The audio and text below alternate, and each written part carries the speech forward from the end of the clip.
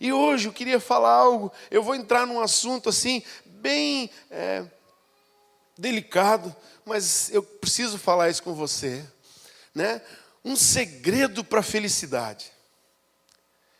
Tem vários aspectos ali de Mateus 5, mas eu quero ficar em 2 versículos dali e através desses versículos dar uma passeada na Bíblia, falar de alguns tópicos do que acontece quando a gente passa a viver as bem-aventuranças. Bem-aventurado pode ser traduzido por feliz, pleno de alegria, cheio de satisfação, é bem-aventurado. Então, quando Jesus chama os seus discípulos e começa a falar das bem-aventuranças, ele está dizendo assim: eu quero dar um segredo para vocês viverem nessa terra, mesmo sem dinheiro. Para vocês viverem nessa terra de uma forma singela, humilde e simples, mas muito felizes. As bem-aventuranças não é uma promessa para quando chegarmos nos céus. As bem-aventuranças são conselhos práticos para uma vida feliz na terra. E no versículo 7 está escrito assim: bem-aventurados ou felizes, plenos de alegria, os misericordiosos, porque alcançarão misericórdia. Jesus está falando assim que quando a gente consegue deixar o Espírito Santo gerar dentro de nós laços, cordas de amor que prendem corações.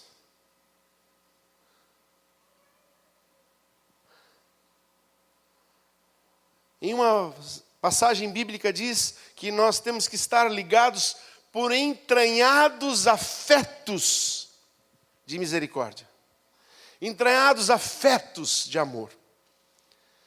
É isso, misericórdia são cordas que laçam e amarram corações um ao outro.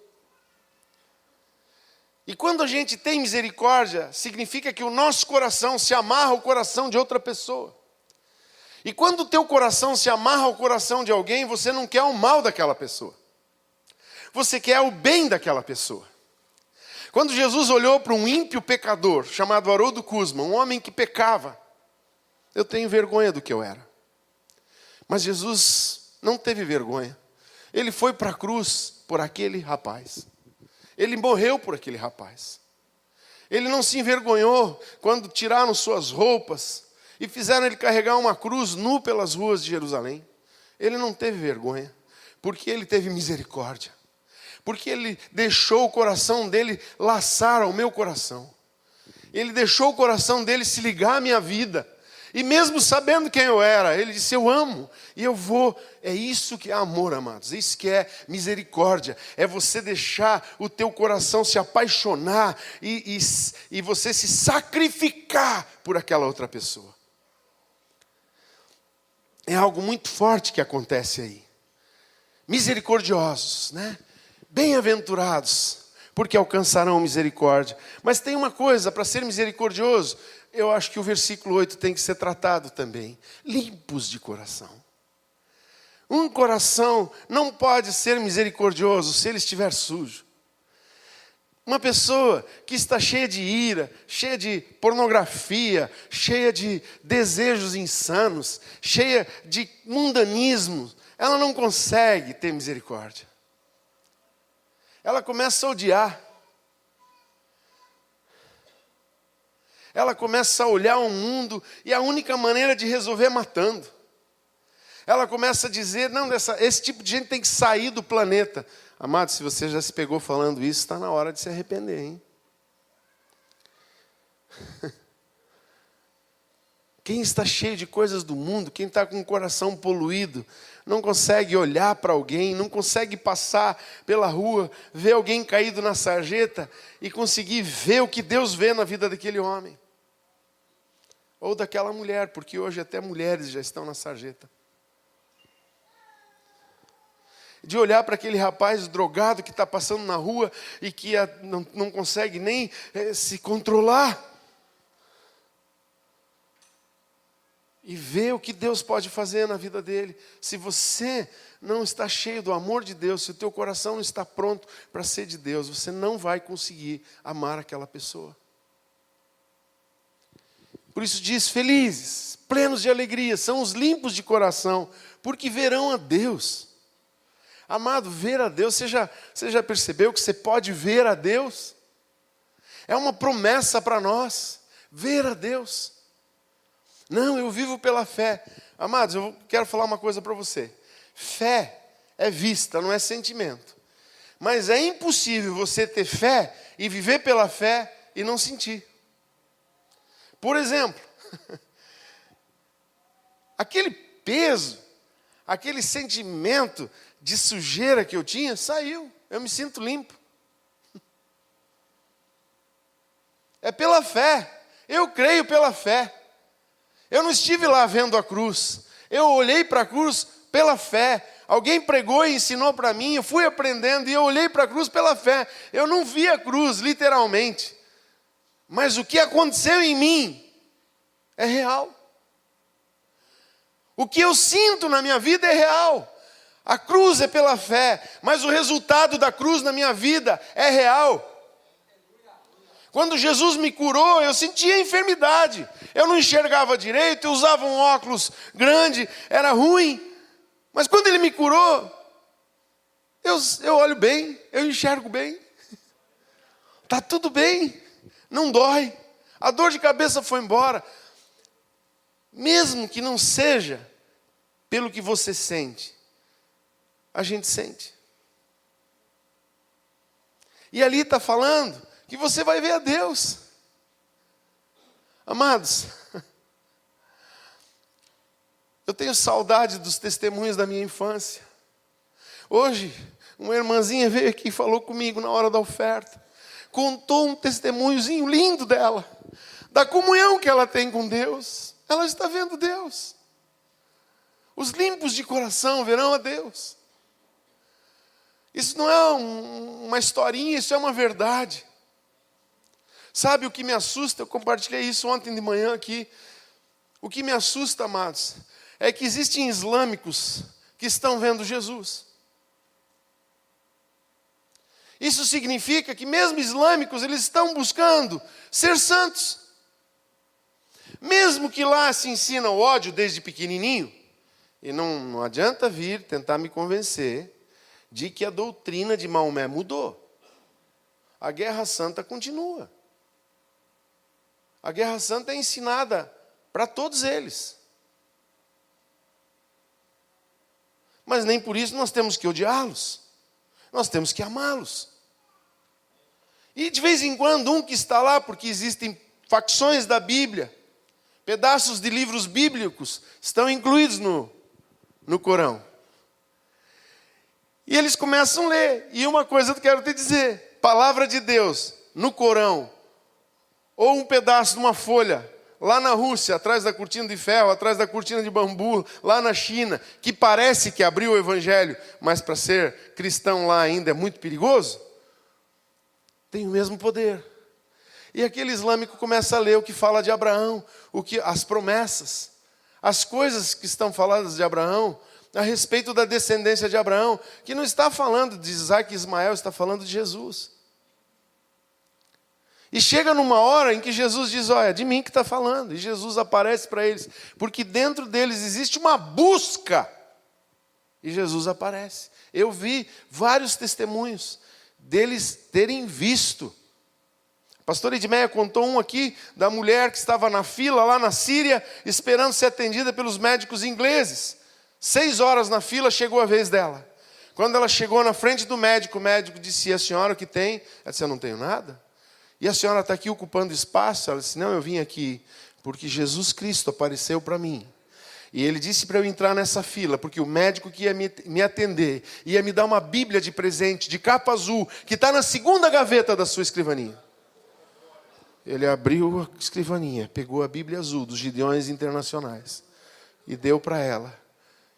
E quando ela foi embora feliz da vida, ele disse, Senhor, me perdoa, porque eu não vim preparado para este lugar, para te representar. Ela sabia mais do que Deus queria fazer ali do que ele.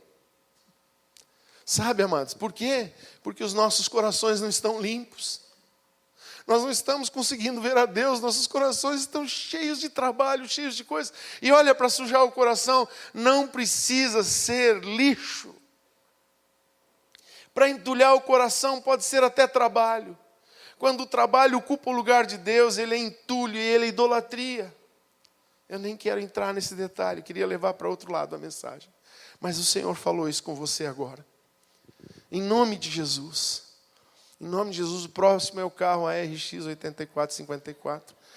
Por favor, vê o que é. Eu não consegui ler o resto lá, mas se você leu, irmão, vai cuidar lá do seu carro, em nome de Jesus. Limpos de coração, vamos ver a Deus.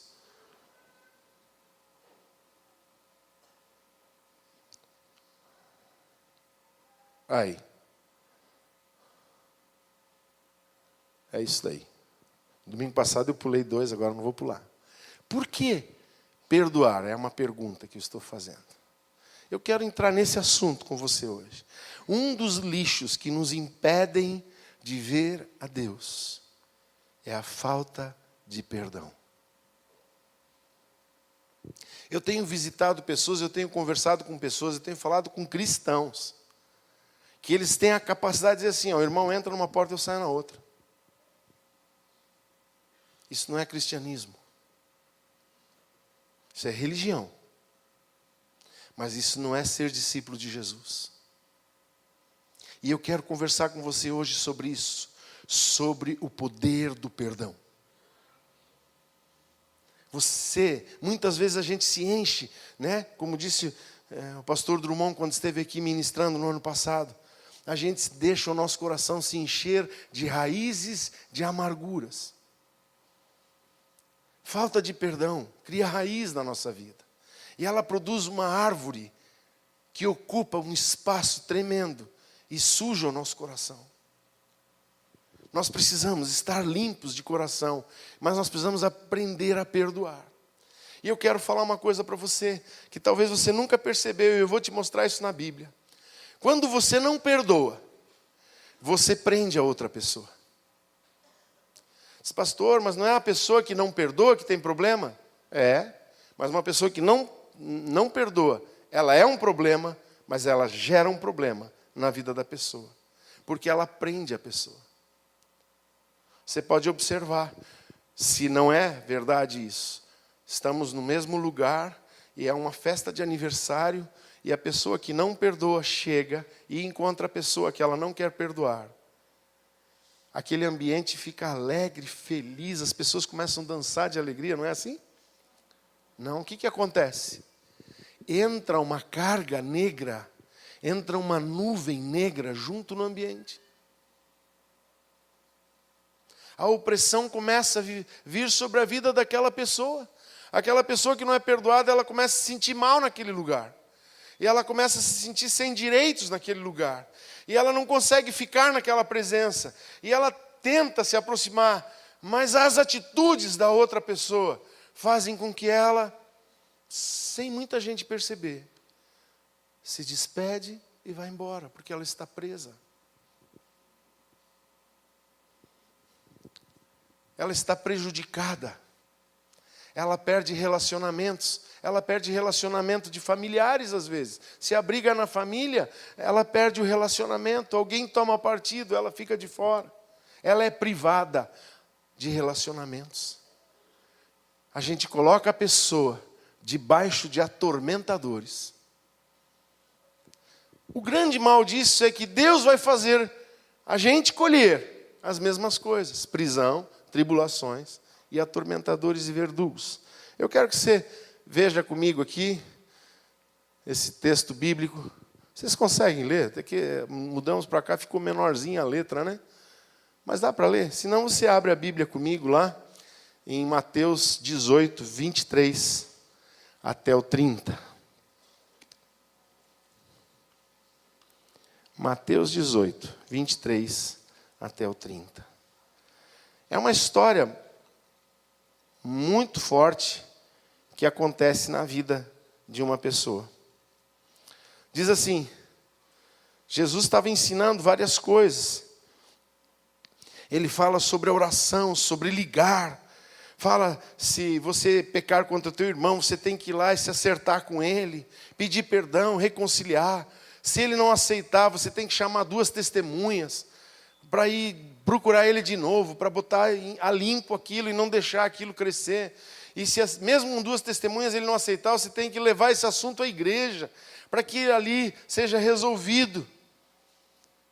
Aí ele continua ensinando que tudo que a gente liga na terra é ligado desde o céu, tudo que desliga é desligado e tal, e vai ensinando.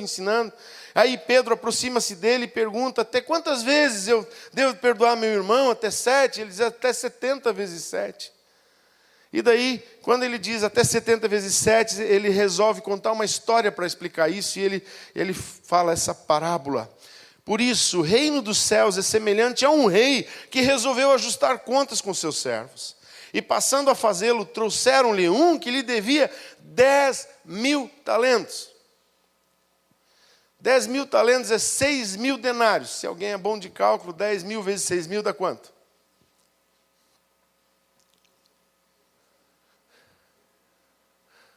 $60 milhões?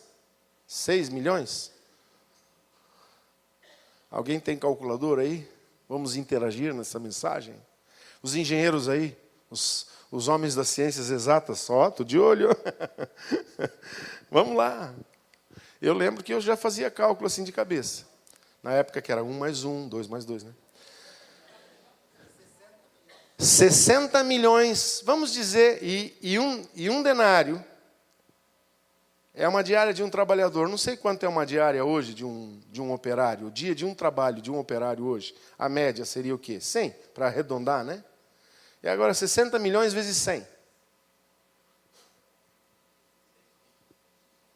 6 bilhões?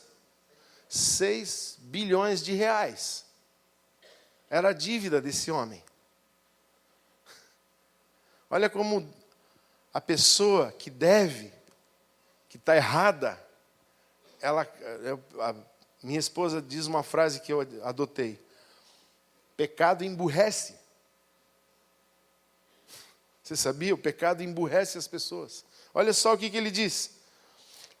Um que lhe devia 10.000 talentos. Não tendo ele, porém, com que pagar, ordenou o Senhor que fosse vendido, ele, a mulher, os filhos e tudo quanto possuía, e que a dívida fosse paga. Então o servo, prostrando-se reverente, rogou: sê paciente comigo e tudo te pagarei. Além de tudo, ele era mentiroso. Você consegue imaginar alguém comum como nós pagar uma dívida de 6 bilhões? Quantos prêmios da loteria ele precisaria ganhar? E olha que sorte que ele tinha que ter, né? Mas ele hipocritamente disse para o rei: eu tudo te pagarei. Por isso nas bem-aventuranças, bem-aventurados os humildes de espírito, aqueles que reconhecem: eu não tenho com que te pagar.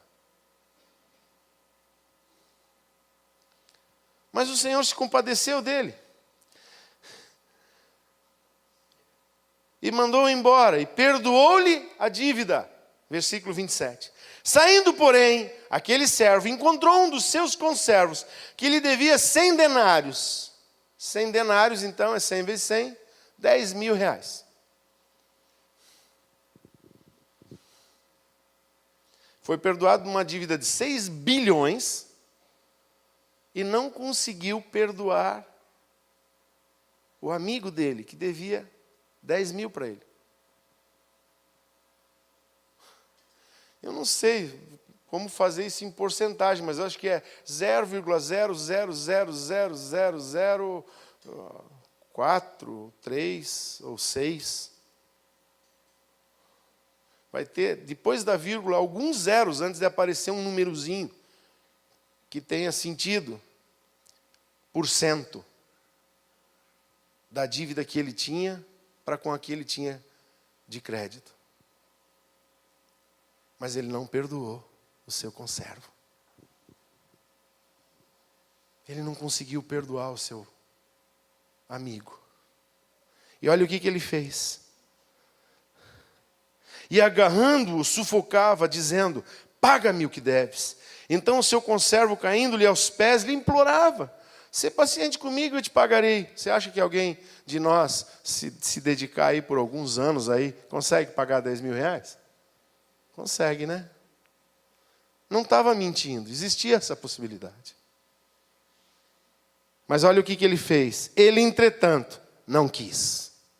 Antes, indo-se, o lançou na prisão até que saudasse a dívida. Sabe o que eu entendo nesse texto bíblico? Jesus estava querendo dizer assim: olha, o que eu vim fazer na cruz do Calvário é perdoar você de uma dívida impagável. Nenhum de vocês conseguiria pagar a dívida, o escrito de dívida do pecado para com Deus. Mas eu vim. Eu vou morrer no teu lugar. Eu vou liberar você da dívida. Agora vá e faça o que eu vim fazer. Anuncie o evangelho a toda criatura, por toda a terra. Aí nós vamos e não perdoamos o islâmico. Não estou dizendo que você tem que concordar com a doutrina deles. Estou dizendo que você tem que perdoar eles. Porque eles não sabem o que fazem. E nós não perdoamos um homossexual. E nós não perdoamos o vizinho porque ele botou um muro 30 centímetros para dentro do nosso terreno. E isso vira uma briga de família, de pai para filho. E não conseguimos perdoar uma pessoa quando nós mesmos erramos.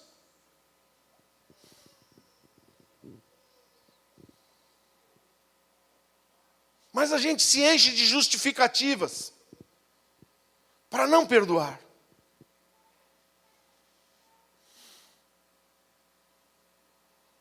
A gente põe a outra pessoa numa prisão. A gente põe aquele vizinho alcoólatra no descaso. Quem vai pregar o evangelho para ele se você e eu não formos pregar? Quem vai anunciar a verdade para ele se nós o odiarmos? Nós estamos condenando esse pobre coitado a ir ao inferno, porque nós não queremos levar a mensagem do amor de Deus para ele, porque nós não queremos reconhecer que aqueles pecados são uma dívida muito pequena, comparada à dívida que o Senhor Jesus pagou por nós.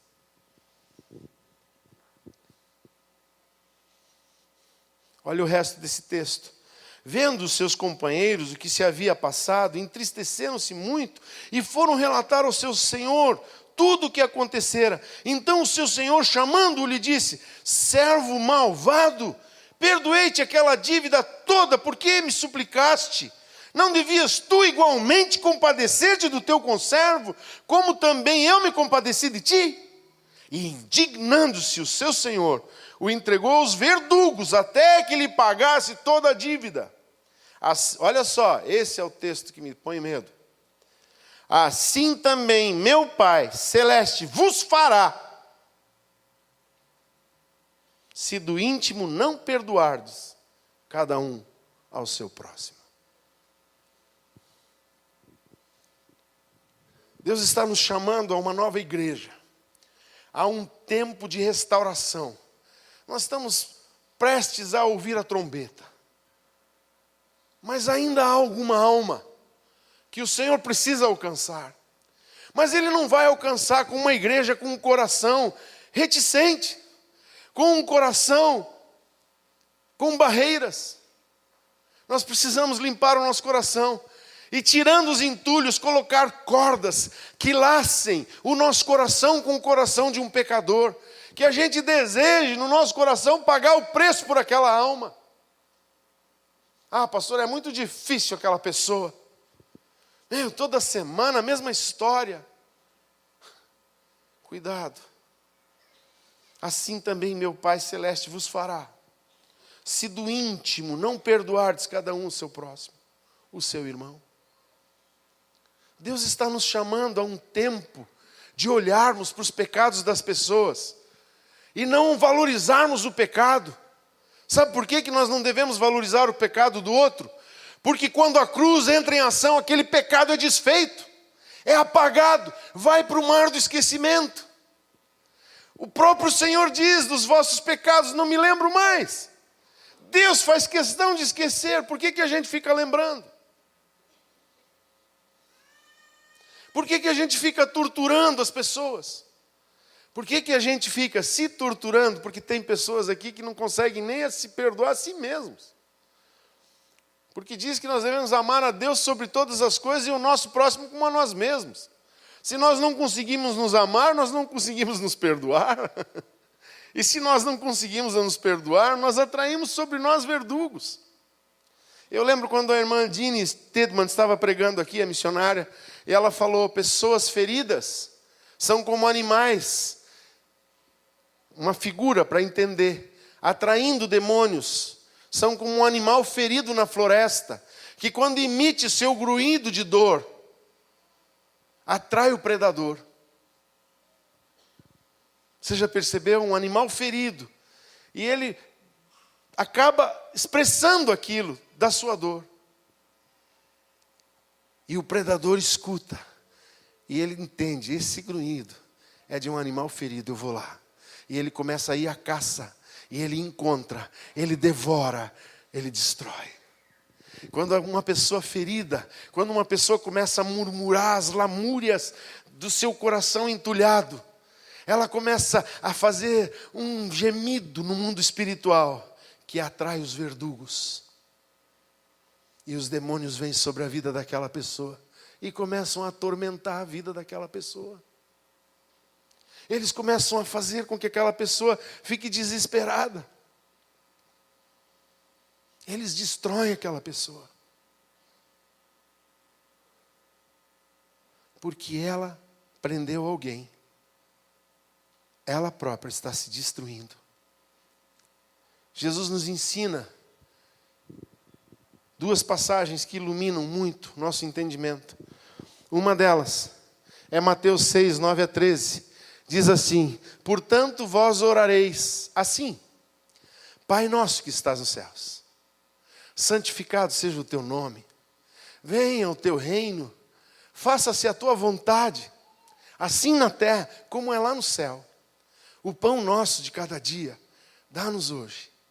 E daí vem o pesado: e perdoa as nossas dívidas, assim como nós temos perdoado os nossos devedores. Ah, mas pastor, na minha Bíblia não diz dívida, diz ofensa. Tudo bem, vamos ler ofensa.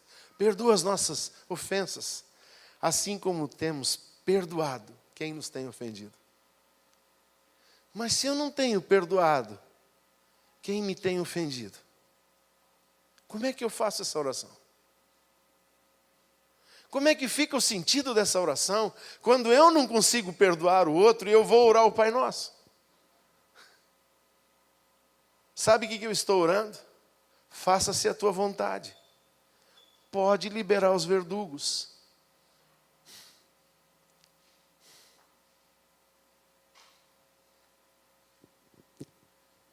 E não nos deixe cair em tentação, mas livra-nos do mal, pois teu é o reino, o poder e a glória para sempre. A outra passagem muito elucidativa é em Marcos 11, 22 a 25. Essa passagem, amados, ela é a passagem da fé. É a passagem onde a fé é explicada pela palavra de uma forma extraordinária. É a passagem didática da fé.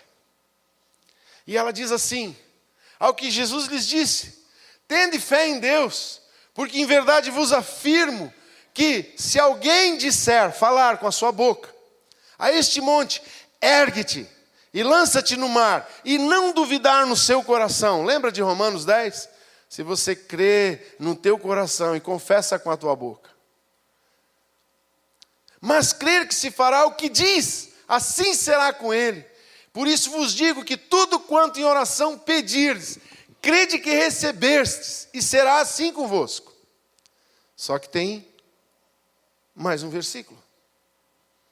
E Jesus continua ensinando, ele diz: e quando estiveres orando isso, quando estiveres fazendo essa oração cheia de fé, E eu lembro de Tiago dizendo, chama os presbíteros da igreja, e eles unjam com óleo o enfermo.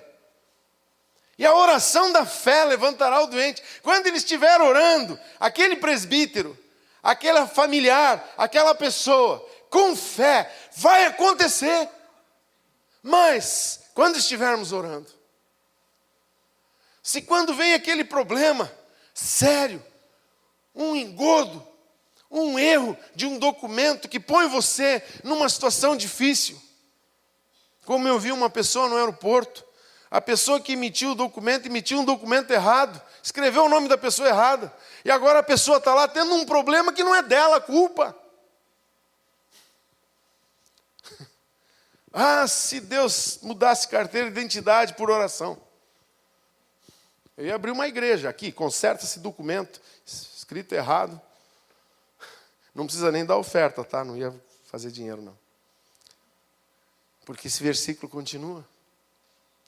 Quantas vezes a gente veio aqui no altar dizendo, estou com um problema familiar, tem alguma coisa difícil, nossa empresa está correndo risco, a crise está chegando no nosso setor e a gente vem e ora, e o Senhor, a oração da fé, e o Senhor responde, mas o Senhor Jesus continua ensinando, e quando estiveres orando, se tendes alguma coisa contra alguém, perdoai, para que o vosso Pai Celestial vos perdoe as vossas ofensas.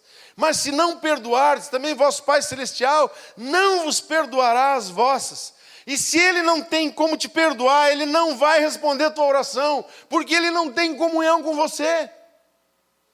Deus, eu orei tanto, eu oro tanto. Talvez alguns irmãos vão entender hoje por que se ora tanto um assunto e parece que Deus não responde. É porque tem alguma coisa no coração que tem que ser mudada. Analise-se o homem a si mesmo. Nós já tomamos a ceia. Mas você não pode sair daqui com o teu coração cheio de entulho. Quantas pessoas nos fizeram mal? Quantas pessoas mentiram a teu respeito, falaram uma coisa, uma inverdade a teu respeito? Quantas pessoas já deram uma opinião a teu respeito? E o pior, muitas vezes é na igreja, é na rede. Será, Senhor, misericórdia. É um irmão falando do outro. Não está falando uma grande mentira, mas está deixando de falar uma grande verdade. Está deixando um ponto de interrogação em algum assunto no ar. Está criando uma desconfiança. Isso é um entulho. Se você for analisar, há uma falta de perdão lá dentro. Por isso, amados, eu amo o discipulado. Porque no discipulado você pode abrir teu coração, pode chorar, pode pedir, pode orar, pode se levantar dali com alguém orando por você e pode ir lá consertar. Com uma consciência, ir pedir perdão não tira o crédito de Deus ser feito filho de Deus. Ir pedir perdão não me desclassifica do reino de Deus. Pelo contrário, ir pedir perdão carimba, sela e diz, este verdadeiramente é filho de Deus. Amados, nós precisamos mudar. O Salmo 115, 1 a 5, também ficou pequenininho aí, né? Abre lá na Bíblia. Quem trouxe a espada fica feliz, quem não trouxe, lê na do outro. 115, 15 diz assim, quem, Senhor, habitará no teu tabernáculo? Amados, habitar no tabernáculo é habitar no corpo de Cristo. A Bíblia diz lá em João, capítulo 1, no Evangelho, que o verbo se tabernaculizou. O templo do Espírito Santo é esse tabernáculo que é você, carne. Então, tabernáculo, corpo, igreja, família de Deus, é hoje, é aqui na terra. Não é assim, um dia, quando o Salmo 115 está falando, quando eu entrar no céu. Não, está falando de quando você vai viver reino de Deus aqui hoje. Quem vai entrar no teu reino e viver no teu reino? Hoje. E ele continua explicando. Quem há de morar no teu santo monte? Aí vem a resposta. O que vive com integridade e pratica a justiça e de coração fala a verdade. Que não difama com a sua língua. Não faz mal ao próximo, nem lance injúria contra o seu vizinho. O que a seus olhos tem por desprezível o condenado, aquele que foi desclassificado, as atitudes do réprobo. Mas honra os que temem ao Senhor, o que jura com dano próprio e não se retrata, o que não empresta o seu dinheiro com usura, nem aceita suborno contra inocente. Quem deste modo procede, não será jamais abalado. Quem tem um coração limpo, consegue perdoar, consegue viver isso aqui. Eu quero dizer uma coisa para você aqui, português é redundante, né? Aqui no Brasil não é tanto, em Portugal ele é mais redundante. Né? Então aqui na língua portuguesa é assim, não aceita suborno contra inocente. Né? Não aceita suborno contra ninguém, muito menos contra um inocente.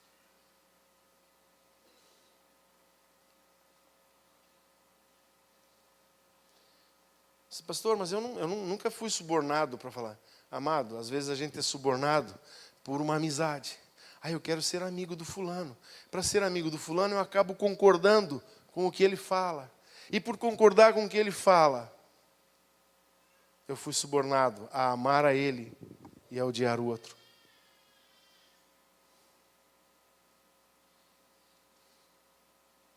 Mas a sabedoria do alto, diz a Escritura, lá em Tiago, capítulo 3, 13 em diante. A sabedoria do alto não toma partido. Ela não tem favoritos. A sabedoria do alto não escolhe uma pessoa em detrimento de outra pessoa.